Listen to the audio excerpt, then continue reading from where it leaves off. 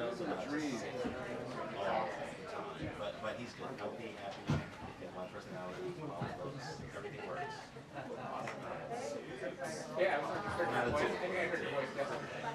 yes, I was on I know. I heard the babbling questions, the incoherence. Well, I've been back for about 3 weeks, but it was really slow. Yeah, we were saying that about you. Yeah. I know that. With the mirror on.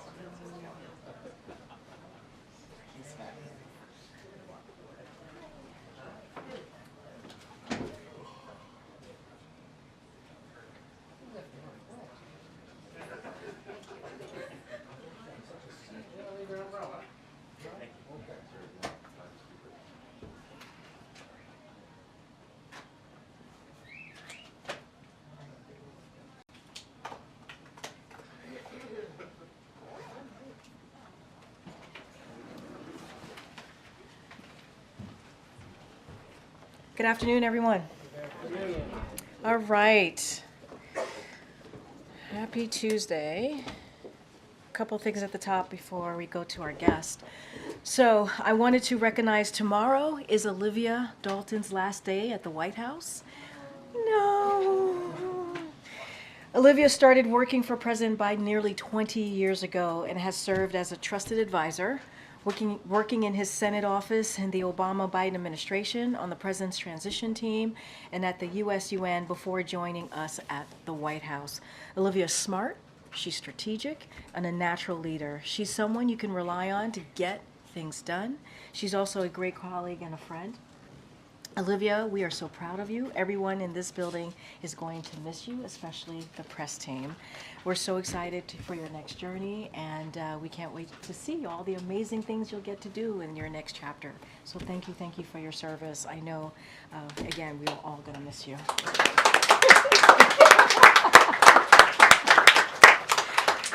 All right, and come back and say goodbye to Olivia today or tomorrow, if you have a moment. As you know, the president will travel to Milwaukee, Wisconsin tomorrow. This is part of a busy travel schedule where the president is hitting the road, talking to Americans and presenting his vision for the future, which he laid out in the State of the Union address just last week. In Milwaukee, the president will share how this administration investments are rebuilding our communities and creating good-paying jobs. As the president said in his State of the Union, his policies have attracted $650 billion in private sector investments in clean energy, advanced manufacturing, which creates tens of thousands of jobs here in America. Because of the bipartisan infrastructure law, 46,000 new projects have been announced in communities throughout the country. As the president noted, some Republicans voted against these bills, but are still cheering when investments are announced in their own districts and also states. Ultimately, these investments are critical for all Americans, and we are looking forward to highlighting some of those investments tomorrow in Milwaukee. And finally, a word about the passing of David Mixner. David was a trailblazer in the fight for LGBTQ+ rights. His moral clarity never wavered, which is why he became such an invaluable confidant for so many, including presidential hopefuls, elected leaders, and voices of the movement for LGBTQ+ equality. Perhaps most importantly, he was deeply dedicated to mentoring the next generation of LGBTQ+ leaders fighting to create a better world.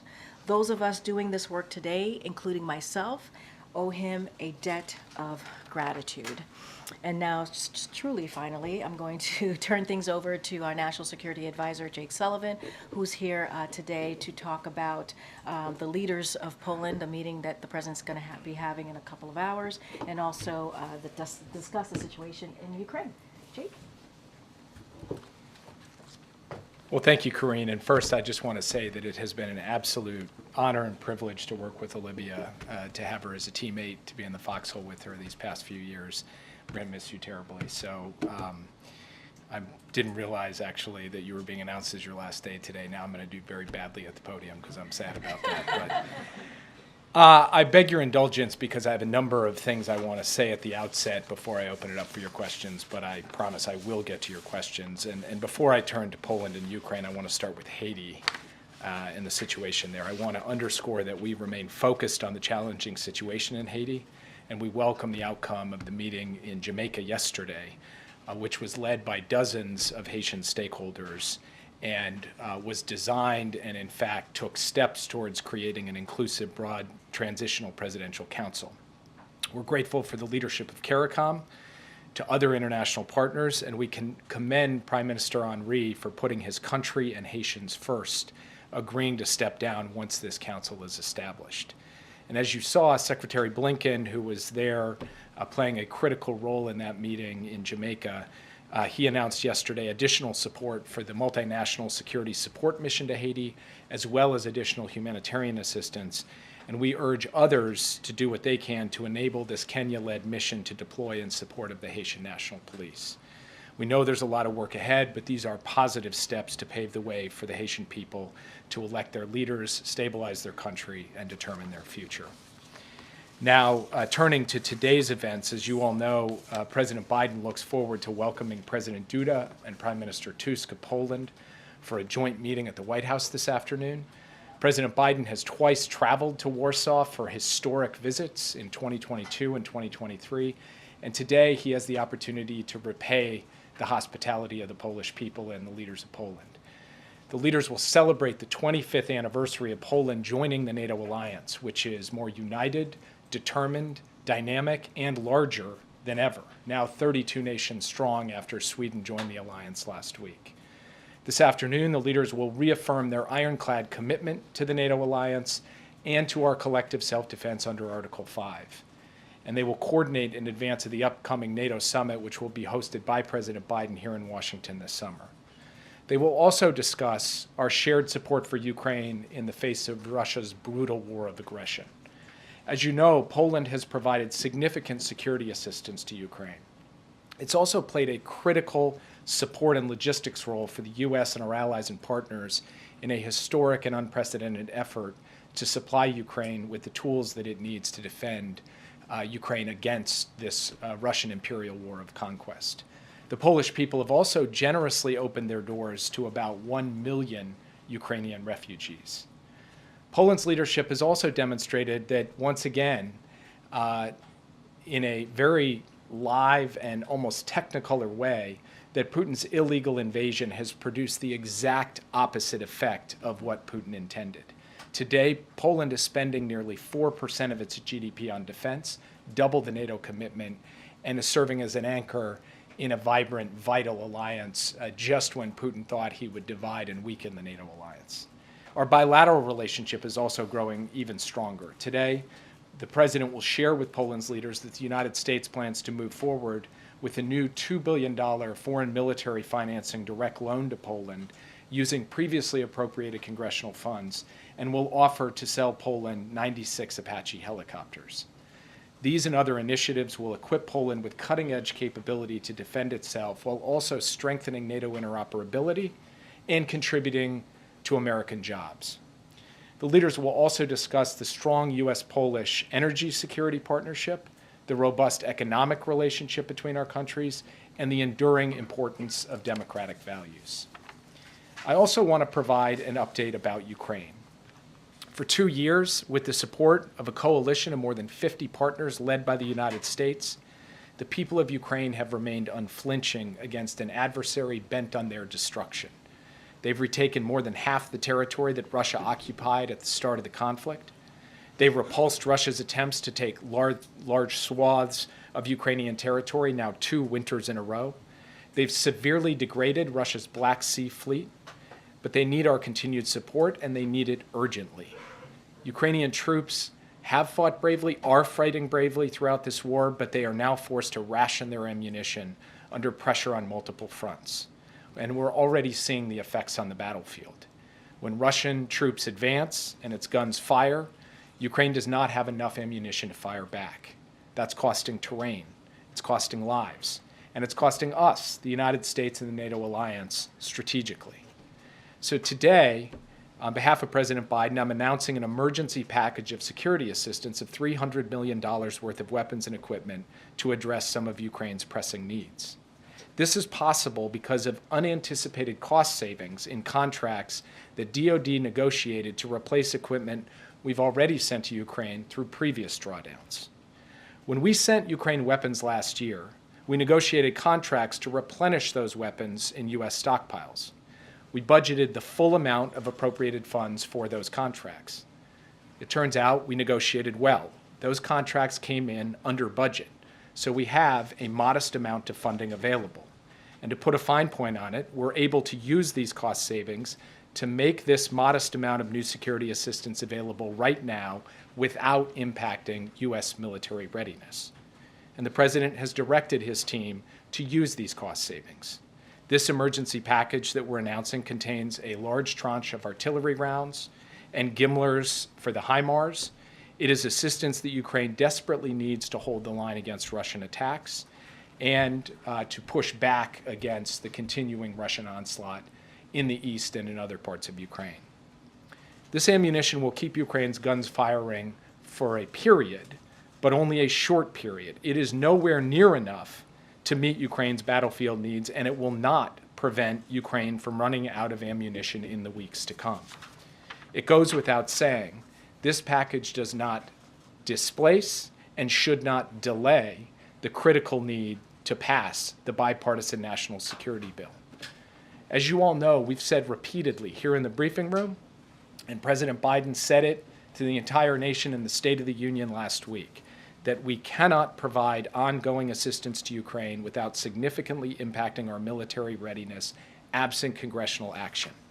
That remains the case despite this modest amount of cost savings that we are putting to use on an urgent basis. Congress must act. The House of Representatives must pass the bipartisan national security supplemental as soon as possible. We all know that if it came up for a vote, it would pass on an overwhelmingly bipartisan basis, just as it did in the Senate. And there is no other way around this. The House has got to pass the supplemental as soon as possible to allow us to continue the flow of vital security assistance to Ukraine, to replenish the U.S. military's munition stocks, to invest in our industrial base, and to support jobs in 40 states across the United States. The world is watching, the clock is ticking, and we need to see action as rapidly as possible, even as we do everything in our power to get Ukraine what it needs in its hour of need, and that is another step that we took at the President's direction today. With that, I'd be happy to take your questions. Yeah.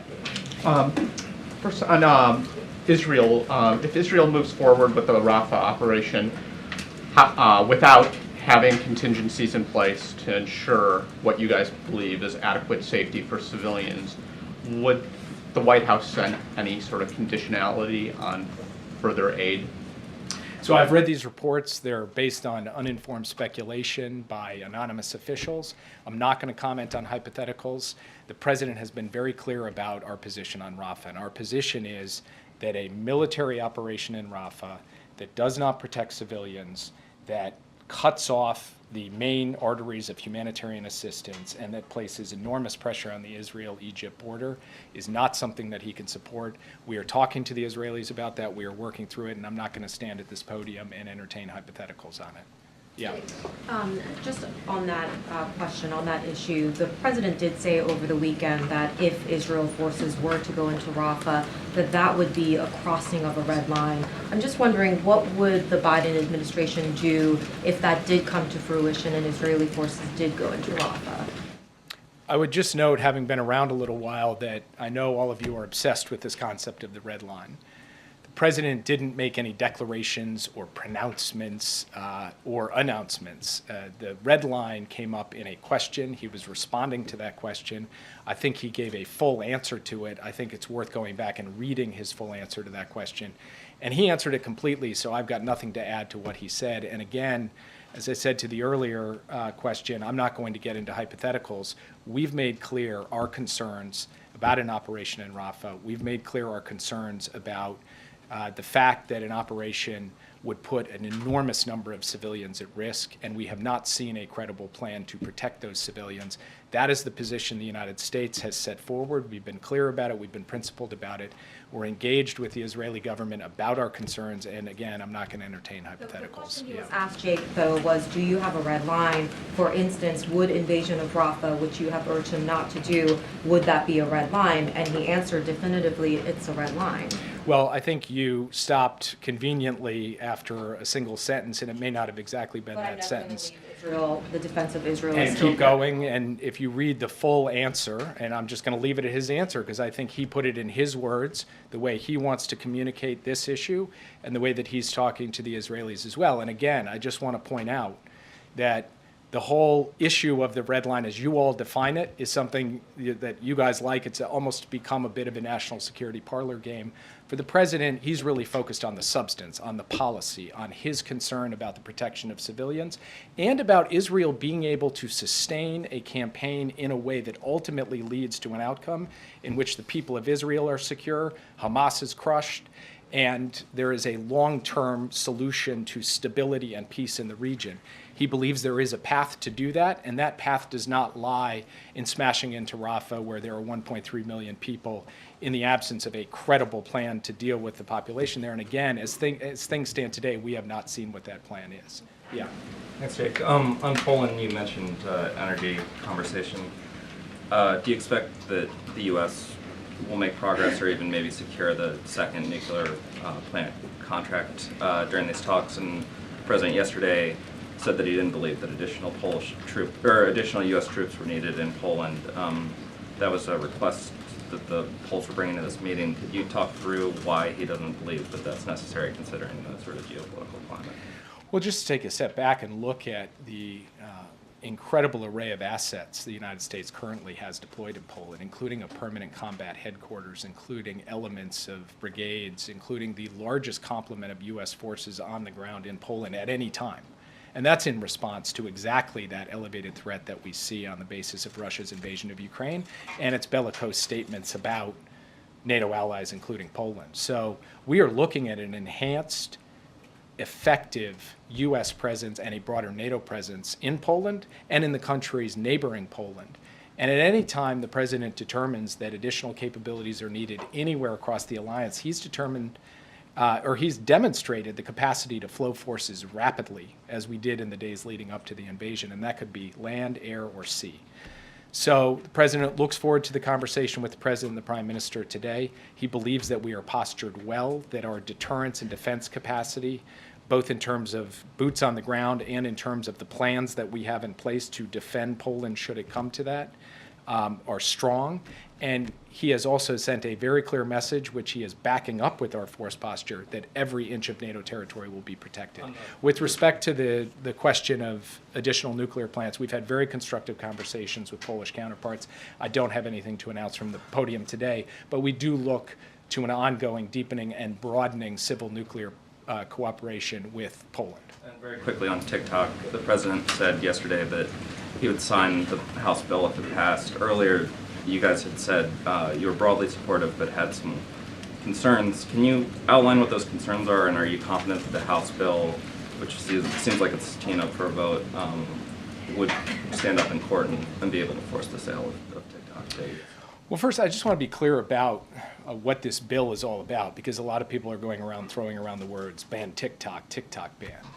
And the ultimate object of the bill is about a question of ownership. Do we want TikTok as a platform to be owned by an American company or owned by China?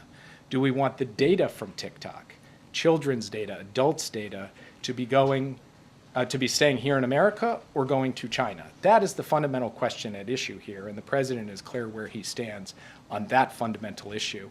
Then in terms of how that gets implemented precisely, that's something that we have continued to stay in touch with the Congress on. And obviously, as you've seen, there's been an overwhelming bipartisan vote in the committee. Now it will come to the floor, and we'll see what happens in the House, and I'm not going to get ahead of that. Yeah. Thanks, Jake. So in response to what the president said about the red line, Prime Minister Netanyahu, he ultimately sounded like he vowed to defy what the president said. He said he would press ahead with an invasion of Rafah. So is the president losing influence with Netanyahu? Well, let's just take a step back. You've got the president who, from the very first day that this crisis began, and let's remember, it began with a horrific, vicious, brutal assault by Hamas on the people of Israel, killing 1,200 people, raping and pillaging and causing the most death since the Holocaust for the Jewish people. And the president stood up and said Israel would never be alone. He went as the first ever American president in wartime to Israel to say, I have Israel's back, and he has had Israel's back. He has backed up those words with deeds all the way through, and not just in terms of providing for Israel's security against Hamas and Hezbollah, but a broader constellation of steps in terms of military deterrence to keep this war from spinning out in ways that Israel could not handle. So that's where the president comes into this. He also is going to speak out when he has concerns about the level of protection for innocent civilians in Gaza, the level and access to humanitarian assistance for innocent civilians in Gaza, and he's going to make his views known. Now, Prime Minister Netanyahu is the leader of a sovereign country. He can make determinations about what he's going to do, and let's actually see what happens. At the end of the day, the president has laid out his views about Rafah. He's been clear about them. And that's not just true publicly, but privately we've communicated with the Israeli government on this. We intend to continue to communicate directly with the Israeli government at every level, including between the president and the prime minister, and we will see where things go from here. So we believe that the president has the capacity to engage his Israeli counterparts in an effective way, and Rafah is one element of that. There are other elements as well. And so far, from our perspective, the real issue is what happens on the ground, not so much what happens in the back and forth of words. Why is it being communicated in the public sphere? The records show that they haven't spoken on the phone for nearly a month. Why is that? Well, first of all, we talk to the Israeli government nearly every day. I had the Israeli ambassador in my office less than 2 hours ago. So there are plenty of channels of communication where we take direction from the president, they take direction from the prime minister, and we're able to communicate. Second, whenever the president feels he needs to directly speak to the prime minister, he speaks with him. And undoubtedly he will speak with him again. And then third, if you'd prefer not to have public communication on this issue, I'd be happy not to take any more questions on Israel and Hamas. So that would be just fine. The president, I'm sure, would be happy to do that too. Yeah. Two quick ones for you, Jake. Are there any plans for the president to speak to the family of Itai Hen? I don't have any plans to announce right now. And on Haiti. But I would just like to say on that front, the president has met with Ruby Chen, Itai's father. He's met with Itai's brother. He's had the opportunity to sit with them here at the White House. I've had the opportunity to meet with Ruby and other members of Itai's family 6 times. This hits hard for us, this news. It hits hard for the president, it hits hard for me, it hits hard for a wide number of people who you guys have never heard of in the U.S. government who are working tirelessly for Itai's release. And I can't imagine what the family is going through, and I know that the president, who he and the First Lady put out a statement on it today, that won't be the end of it for him, because this is something that he has invested personally in, trying to bring all of those who are held hostage in Gaza home and elsewhere around the world. And the fact that we now have news that Itai was killed on October 7th is just it hits hard. In that realm, given that now another hostage, or believed hostage, is now confirmed dead, what does that say about the fate of the others? Does this give any more hope, less hope, that others will be found alive? Look, we've been straight with you from the start, that we haven't been able to tell you the condition of the hostages, whether they are still alive, whether they're in decent health, whether their injuries are causing grave concern. All we can do is work every day to try to generate a deal that gets all of the hostages home, and for us, especially the American hostages home. We are working at that around the clock. The president calls me every single day asking me for an update on those efforts, and they continue as we speak today. And we're not going to rest until we get everyone home. And I will just reiterate what we've said all along. We can't know until we get confirmation, either by having someone safely out or getting the terrible news that we got about Itai, what exactly the situation is, and we will be straight with the American people every step of the way. On Haiti, Thanks, Jake. Can you respond to calls from Senator Sanders as well as some Democrats about stopping providing weapons to Israel until some of the restrictions for humanitarian aid to get into Gaza? Well, first, we share the goal of getting more humanitarian aid into Gaza. The president made that a central theme of his speech, the State of the Union last week. We are taking steps ourselves, including this temporary pier and the airdrops that are ongoing. We just had our 7th airdrop today. We're also working with the Israelis to increase the throughput of humanitarian assistance by ground, both through Kerem Shalom and through a new crossing where we had the first trucks get in last night, and we need to see more where that came from. Second, we've made clear all along that our policy to date has not involved the kinds of steps that you're talking about. And we also have said that we're not going to engage in hypotheticals about what comes down the line. And the reports that kind of describe what the president's thinking on this are uninformed speculation. One of the things that they say is that the restrictions are a violation of the Humanitarian Aid Corridor Act. Do you agree with that assessment that it is a violation of the Humanitarian Aid Corridor Act? And have you had a discussion with the ambassador or any other officials about that potentially being a violation of that act? So first, we believe that we are complying with U.S. law in every act that we have taken throughout this war, and we will obviously continue to do so. Second, the president actually signed a National Security Memorandum, National Security Memorandum 20, which speaks to both compliance with international humanitarian law and the conduct of military operations, and the need not to unduly or arbitrarily restrict humanitarian assistance from going in. So it's something that's very much a priority of his. We'll stay focused on that, and we will make sure that everything we do complies with our law, but also complies with the policy that the president has set out and the priority he places on the provision of humanitarian assistance. Yeah.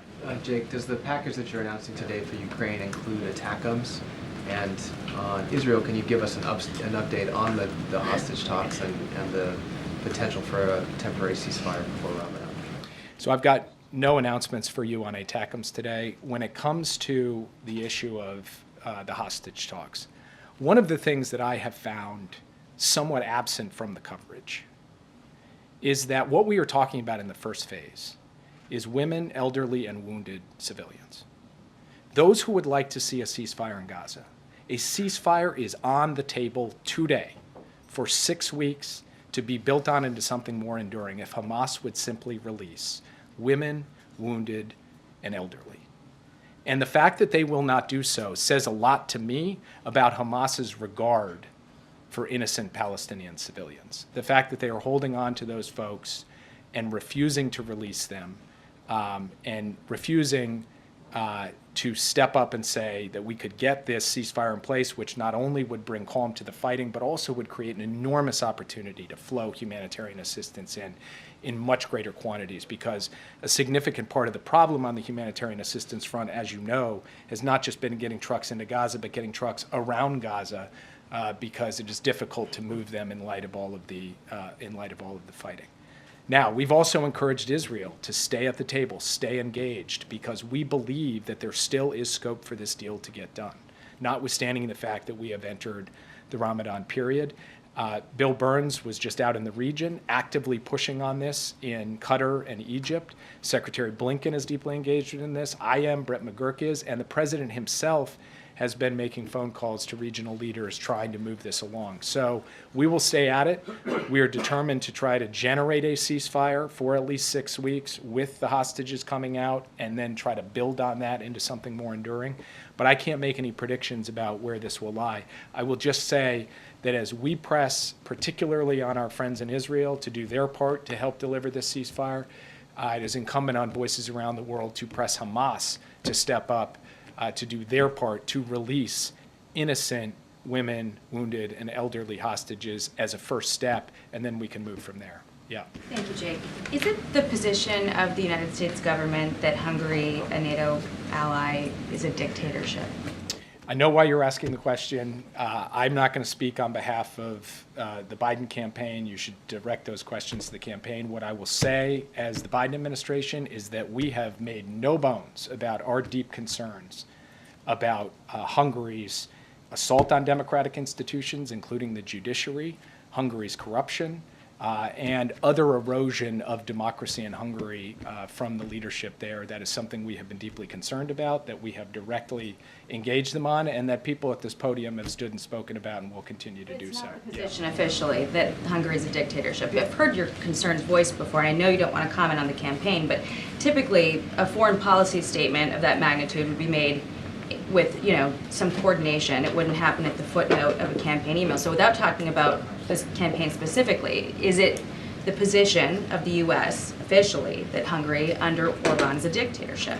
Again, it seems like the question you're asking is really about the campaign, so I think you should direct it to the campaign. I literally just stated what our position is. Thanks. I don't think you did. As I said before, our position is that Hungary has engaged in an assault on democratic institutions, and that remains a source of grave concern to us, and I take it from your question it may be of grave concern to you as well. Yeah. Thank you, Jake. One on Gaza and then a quick one on Haiti. There's actually a breaking report from the region that says that Hamas reportedly agreed to a modified U.S. initiative for a ceasefire deal and gradual return of internally displaced persons in the Gaza Strip, citing a Hamas official. Have you heard anything about that? I have not. So if there is an offer from Hamas to start releasing prisoners as part of a ceasefire deal, that would be welcome news. It's not something I have heard yet, but as I said before, we have been encouraging both sides to move on this, and we've been encouraging the world to put some pressure on Hamas, and obviously I'll look into that report. Quickly on Haiti, did the U.S. wait too long in its support of Prime Minister Henry, given that he had been accused of being involved in the plot to assassinate President Moïse, and how can the U.S. avoid getting dragged further into this conflict? I mean, ultimately, decisions about Haiti should be made by the Haitian people. That's why we supported a conference in Jamaica that was led by Haitian stakeholders, not led by the United States, not dictated by us. It's not for us to make the call on who leads Haiti. It's for the Haitian people to make that call. And we've been proud to support the effort that was undertaken yesterday. We hope it will move forward. And seeing what Prime Minister Henry did, not because of a U.S. diktat, a decision he made, is something we support because we think it does take into account the best interests of Haiti and the Haitian people. Yeah. Give me turn, sorry, on Lebanon. So we have seen lately a new level of escalation in the border between Israel and Lebanon, and also there was a missile fell by mistake in the Christian areas by a plane passing by, Israeli plane, and the escalation has taken a different approach now.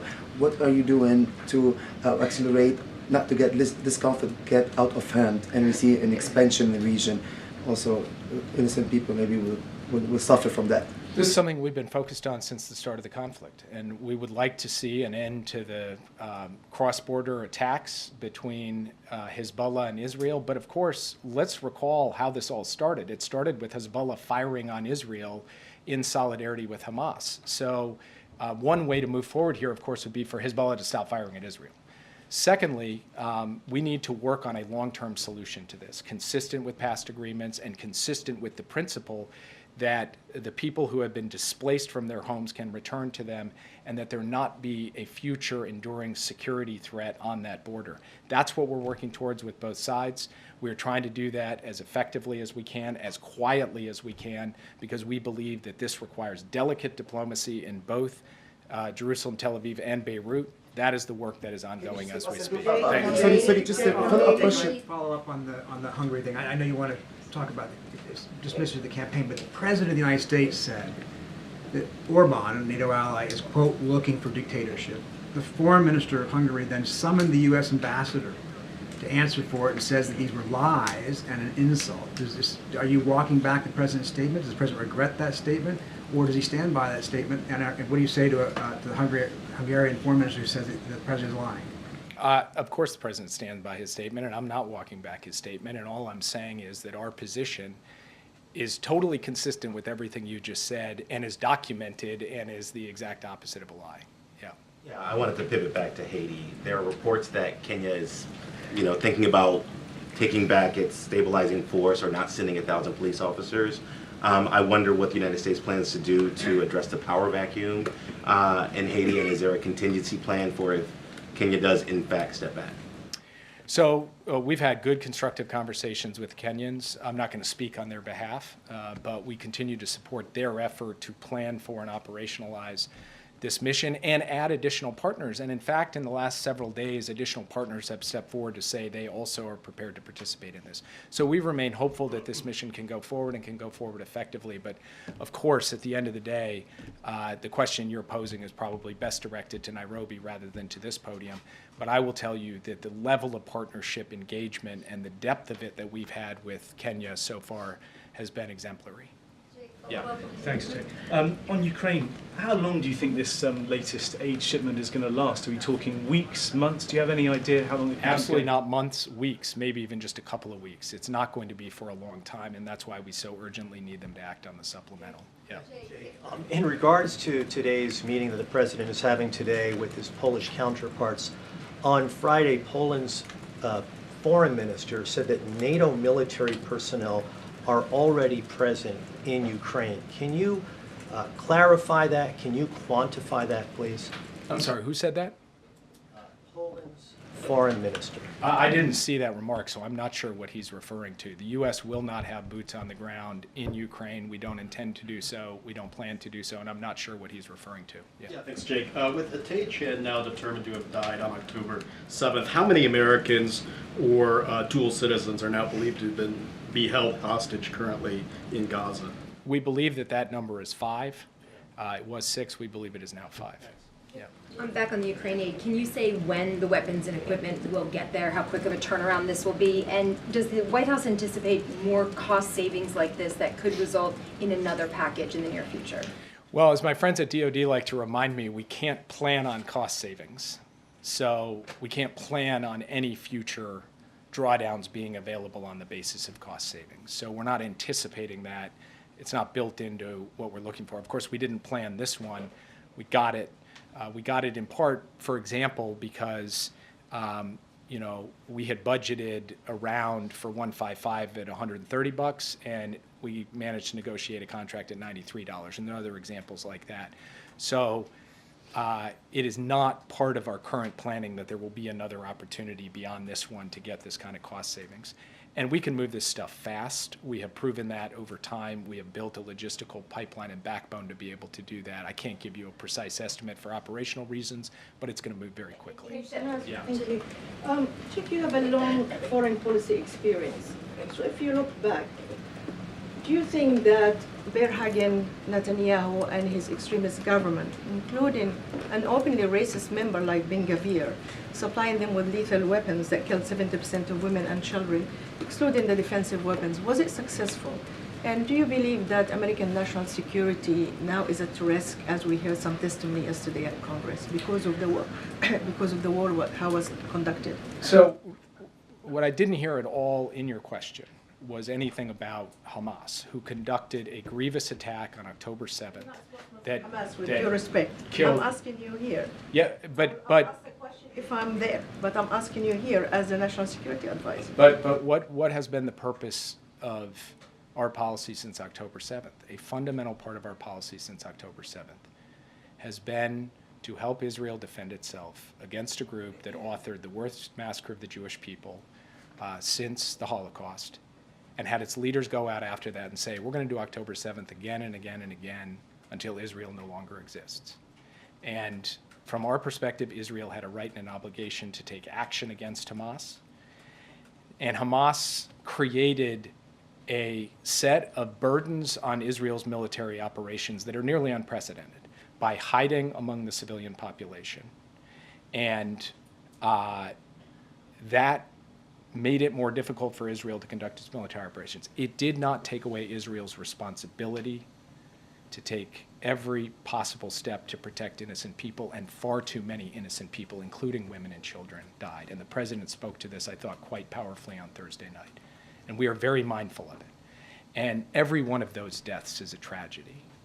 And we have said Israel has to do more when it comes to the protection of civilians. And we've spoken today at some length about Rafah.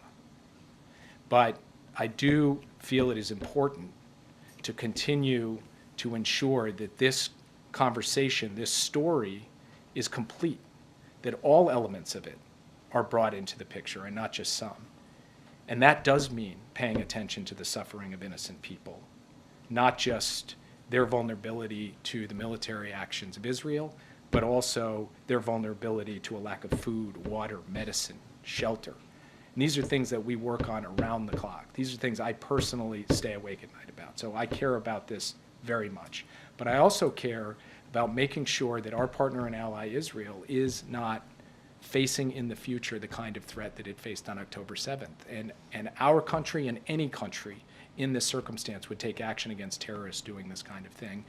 And the president has said from the beginning of this conflict, both that we need to support Israel in its efforts to go after Hamas, and that Israel needs to do so in a way that protects innocent civilians. And he has spoken out about his concerns about the protection of innocent civilians with sincerity and authority, and I think you saw that on full display in the State of the Union. Yeah, April.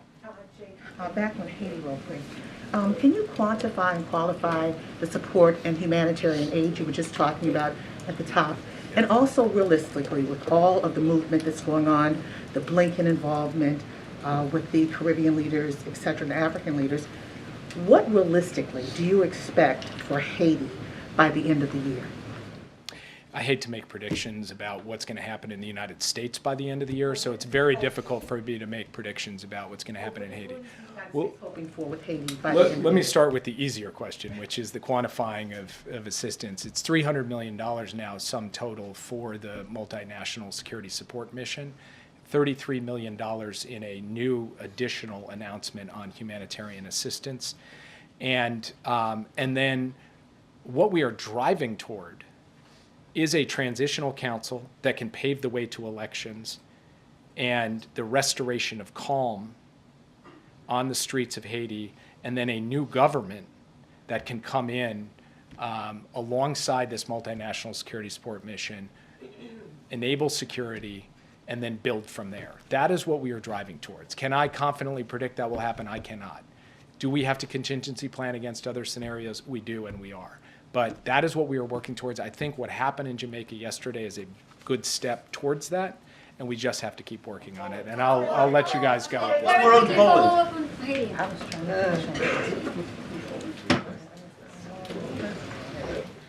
Thank you so much, Jake. Okay, Amr? Thanks. I just wanted to ask first with her report. President, a few weeks ago now, was pretty indignant and saying the special counsel inappropriately raised the death of his son in the interview. The transcript as it's come out, it seems there's a little more space in there for that. Does the president regret the outward anger that he displayed towards the special counsel about that? So just a couple things. My colleague addressed earlier the transcript, so certainly would refer you to him, and that's my colleague at the White House counsel's office. As it relates to, I know some of you want to ask about the hearing that's currently going on. It was going on when I walked out here. My colleague at the White House counsel's office is planning to take questions. He's going to gaggle right after the hearing wraps up today. So I know that he is going to continue to be responsive, so he will be able to take your questions. But we want to wait till the hearing is completed, and once that's wrapped up, he'll be right at the sticks doing a gaggle. I believe at the sticks, maybe not. He might, but he is going to do a gaggle. Is the president monitoring the hearing? The president is obviously meeting, as he does every day, meet with his senior advisors, senior staff, is preparing for tomorrow's trip. As you know, he's going to be going to Milwaukee, Wisconsin. I cannot speak to what the president is keeping track of or watching. Obviously, he'll get updates on it or get updates himself as the day goes by, but he's focused on the American people and tomorrow's trip, obviously. And if I could ask you something unrelated, annual inflation ticked up to 3.2% in February. How concerned is the White House, given the president has been saying that Federal Reserve should be cutting rates because of lower inflation? So a couple of things. So let me just answer your first question first, which is, look, the president in the State of the Union was very clear. We have more work to do to lower costs for hardworking families, and so that is something that we're going to do. And obviously, also middle class, and that work continues. But just a couple of things, as you know, we've talked about this, and I think it's important to note this. Inflation is down 2/3, and we have the lowest annual core inflation since May 2021. Prices fell over the last year for gas, milk, eggs, chicken, appliances, and also used cars. Wages are rising faster than prices over the last year since the pandemic, and forecasts broadly expect progress on inflation to continue over the rest of the year. And so that is important to note. And like I said, there's more work to do. We're going to continue to take on big pharma to lower prescription drugs and healthcare costs. We're going to crack down on price gouging. You hear talk about junk fees. The president talked about that last week. And so also lowering housing costs, which is something that the president obviously spoke about very recently. Look, I also want to, as you asked me about the second question, the Federal Reserve, I just want to be really clear. Unlike previous presidents, the president does very much believe on the importance of the Fed being independent. And as you are asking me a specific thing that the president said last week, he was simply commenting on a widely accepted market view, that he was not saying what the federal policy should be, but it was regarding the interest rates, obviously a widely market view. So I just want to be super, super mindful because we do very much respect the independence of the Fed. Thanks, Karine. What's been the president's reaction so far to the Robert Hur testimony? I don't have anything to share on that. Like I said, my colleague from the White House counsel is going to do a gaggle once the hearing wraps up. I'm not going to speak to the president's reaction. And the president has said that he would sign into law the bill that could have TikTok banned. If the president is so concerned about the national security risks around TikTok, why is he posting on the platform? So I'll say this. Jake Sullivan, our national security advisor, just spoke to the more broadly why this bill is important, why we welcome this bill. Obviously, it's going to the process, and we're offering technical support. So I'll just leave that piece there. As it relates to the campaign, I would have to, and their strategy as it relates to TikTok, I'm just going to leave it to them. So there are a lot of people and businesses that rely on TikTok for their financial livelihood. What is the White House's message to those folks if TikTok were to be banned, which is a possibility? Our national security advisor laid out in a very, very clear terms why this bill is important about ownership, if it's about ownership here in this country or elsewhere, in particular China, right? He spoke about that. Where do we want that ownership? Where do we want that data of Americans to be? Here or in China? Like, that is basically what the national security advisor laid out. And so that is the underlying, the importance of that bill. It's a bipartisan bill. It is something that we welcome. We're obviously, again, going to offer technical support. I'm just not going to add anything more to that, but it is an important bill that we welcome here at the White House. Okay. Thanks, Karine. The president said yesterday that he had no plans to address the Israeli parliament at this moment. Does that indicate that it's something that he or the White House is planning for in the future? He also said that he wasn't going to speak to conversations about that particular question that he was getting about a meeting. I don't have anything else to share, obviously, and Jake Sullivan said this himself. He is in constant communication with his Israeli counterparts, NSC, the State Department. They are in constant communication, so I just don't have anything else to share beyond that, beyond what Jake shared. Okay. Does the White House ever digitally alter photos of the president, vice president, first lady, secretary before they're released? Digitally altered? Not that I know of. I would say no. Why would we digitally alter photos? Are you talking about? Are you comparing us to what's going on in the UK? I'm doing due diligence to ensure that the leader of another country wouldn't alter photos. Why does the monarch have to do anything with us? No, that is not something that we do here. Okay. That's why I asked. Why isn't he taking questions today alongside the two Polish leaders?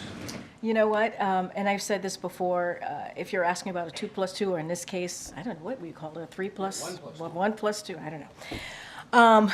But I think it is, I think, I see you're, but I think it's, look, I actually think it's important that we have the two leaders of Poland here. I think it shows unity, and I think that's important to show. And also, obviously, it's a part of the meeting is celebrating the 25 years of Poland being part of NATO.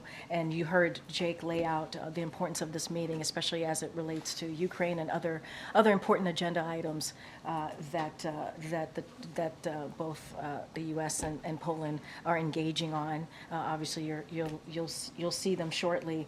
But look, every meeting is different. Every engagement that we have with foreign leaders are different. This one does not have a Let's just call it a 2+2. I'm not sure what else to call it right at this time off the top of my head, but you'll hear from all the leaders today when we have the bilateral. So no desire to perhaps celebrate their unity and raise solidarity or concerns about press freedoms in Poland and having them take questions today. As you know, as you know, as you just stated in your last part of your question to me, press freedom is something that's important. That's why we exercise in this back and forth that we do almost every day. It is important to have that. The press is going to have a moment to see the leaders, and I'll just leave it there. Thank you, Corinne. The president said yesterday that he was hoping executive action on the border would happen by itself, that Congress would legislate it. Can you just confirm for us that this indicates that he's no longer considering executive action on the border? Well, the president has been very clear, and I've been very clear. Anytime I've asked about executive actions here, the bottom line is, in order to actually have change, extensive change, real change, comprehensive change, that Senate bill that was negotiated between Republicans and obviously Democrats in the Senate would have been the best way to go. It would have been the toughest, fairest piece of legislation, law, if you will, if it had been moved and the president was able to sign it into law. And that's what's important. The president is trying to make it very clear: no executive action would have that effect, the effect that this bipartisan negotiation would have had. And he's going to be optimistic. He wants to see it moved. And let's not forget the reason why it was stopped, the reason that it didn't go forward, is because Republicans were told in Congress to reject it by the former president. That's what happened. They chose politics instead of a majority of the American people. I do want to lay out here a couple of things. It would have meant more resources to secure the border, Border Patrol agents, immigration judges, asylum officers, and law enforcement personnel to combat fentanyl. That's what would have been. That is what's in that bipartisan negotiation, and so much more. And they rejected it, Republicans rejected it because of politics. But the president stands behind the majority of Americans who want to see change happen at the border, who wants to see our immigration system that's been broken for decades fixed. I understand his preference to legislate, but the reason I'm asking is we've had conflicting answers over the span of a few weeks on whether we've had conflicting from the answers. president No, on we whether haven't. executive action was something he could We do. haven't. He first said that he had done everything he could with the stroke of a pen. Then he said that there was more he could do, but that you would prefer that Congress legislate this, and things were under consideration potentially for executive orders that would make changes to the border who could come across. And then yesterday, it seemed like he said no, nothing's so coming. I disagree. I think there are a couple of parts here. You're asking me if there's executive actions that we can take, and what we're saying is there are no executive actions that would have done the work or would have actually been able to deal with the issue that's happening at the border and starting to really fix the immigration system than the bipartisan bill that came out of the Senate, negotiation that came out of the Senate. And we are saying that that's the best way to go. We are always looking at options. We have said this. We're always looking at options, executive actions, right, to see how to move forward. But we believe, fundamentally we believe, and it is proven by what is in that negotiation, that the way to move forward is to actually move forward with what could have been the toughest, fairest law that we've had in some time. So we're continuing to call for that. We always say, So executive action aren't off the table? we always say that. I understand what you're saying about the bill. I do. But yes or no? But you're is not. What I'm saying to you is that we always look at all our options. That's what I'm saying to you. But we are saying also is the only way to move forward to actually deal with this issue, the challenges that we're seeing that Republicans rejected because of the last president, because of Donald Trump, is that negotiation bill, that bipartisan negotiation bill. That is the way to move forward here. Are we always looking at options? Yes, but we haven't made a decision on that. That's the bottom line. We have not made a decision on that. But we want to see this bipartisan Senate negotiation proposal move forward that Republicans are rejecting because of Donald Trump. They are putting politics ahead of what works for the American people, what the American people actually want to see. And very quickly on a different subject, why was the president in that interview using the Gaza Ministry of Health, just run by Hamas, their numbers on the death toll in Gaza? there was a 30,000 figure that he cited on MSNBC. The last time he cited Hamas numbers, officials here dismissed it as a reference to publicly available data. But I would assume that the U.S. has its own assessment of what the death toll is. We've been very clear here. There are public available data that you all also are taking a look at, that we are citing as well. That's what we're talking about. That's what the president. You could use whatever you want. I'm just saying that, but we have said, we've been really clear. There are publicly available data that showed, sadly, how many deaths that we have seen in Gaza. And the president has been very clear. There's too much. It's tragic. It's tragic what we're seeing. And the president's going to continue to speak to that. Go ahead, Gabe. Great. Quickly on SB 4, that law in Texas that would allow local police to arrest migrants. Today, the Supreme Court extended the order blocking that until at least next week. Is the administration coming up with any contingency plans if that were to be able to go into effect, or what's the latest on that from the White House's perspective? So going to be super careful here and don't want to go beyond the Department of Justice. And so I'm just going to be super, super mindful. I don't have anything else beyond that. I don't have a contingency plan to announce at this time, so just want to be super mindful there.